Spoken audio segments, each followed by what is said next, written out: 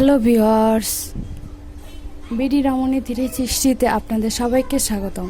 আজকে একটি নতুন রেসিপি নিয়ে এসেছি, লাউ পাতার বড়া। সম্পূর্ণ একটি নতুন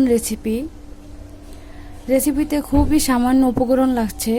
ভিডিওটি ফলো করুন আর এভাবে বানাবেন। এটা সকাল বিকালের নাস্তা হিসেবে হয়ে যাবে, আবার এটা ভাতের সাথেও আপনারা খেতে পারবেন। এটা হলো লাউ পাতা। এই লাউ পাতাটা আমি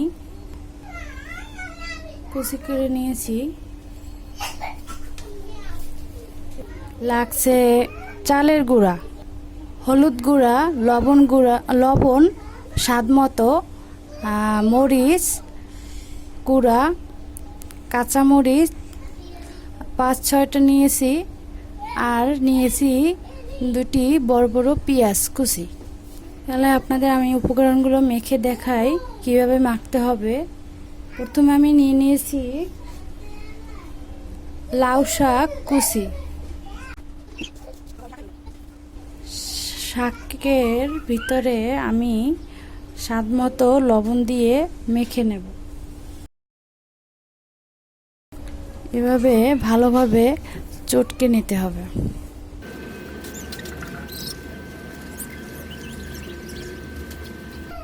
এভাবে চটকে নিয়েছি।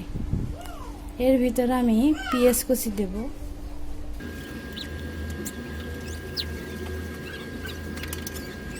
এর ভিতরে আমি এখন চালের গুঁড়া দিয়ে দেব। এর ভিতর আমি 1 কাপের মতো চালের গুঁড়া দিয়েছি। এখন আমি মরিচ কুচি, মরিচ গুঁড়া এবং হলুদ গুঁড়া দিয়ে দিলাম। দিয়ে এগুলো ভালোভাবে মেখে নিতে হবে। মাখা আমার হয়ে গেছে। এবার আমি ভাজতে যাব। আমি একটি কড়াই নিয়েছি এবং এখন আমি এর ভিতরে প্রয়োজন মতো তেল দিয়ে দেব। আপনারা চাইলে ডুবো তেলেও ভাজতে পারেন।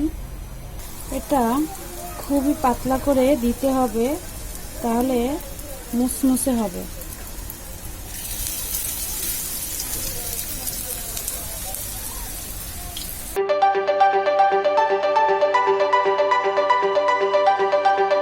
এভাবে ভাজতে হবে মিডিয়াম জালে, তাহলে মুসমুসে হবে। ভাজা হয়ে গেছে আমার লাউ পাতার বড়া।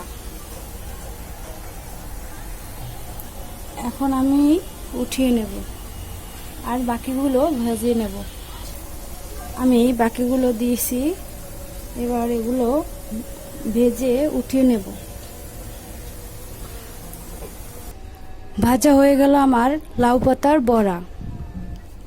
লাউ পাতার বড়া খুবই স্বাস্থ্যকর একটি খাবার।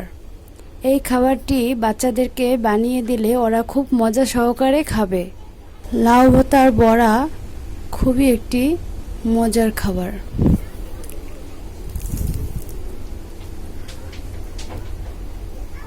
দেখতেও যেমন ভালো লাগে, খেতেও অনেক মজা লাগে। ভিডিওটি যদি ভালো লেগে থাকে তাহলে অবশ্যই লাইক, শেয়ার এবং কমেন্ট করবেন। অবশ্যই সাবস্ক্রাইব করুন। আল্লাহ হাফেজ।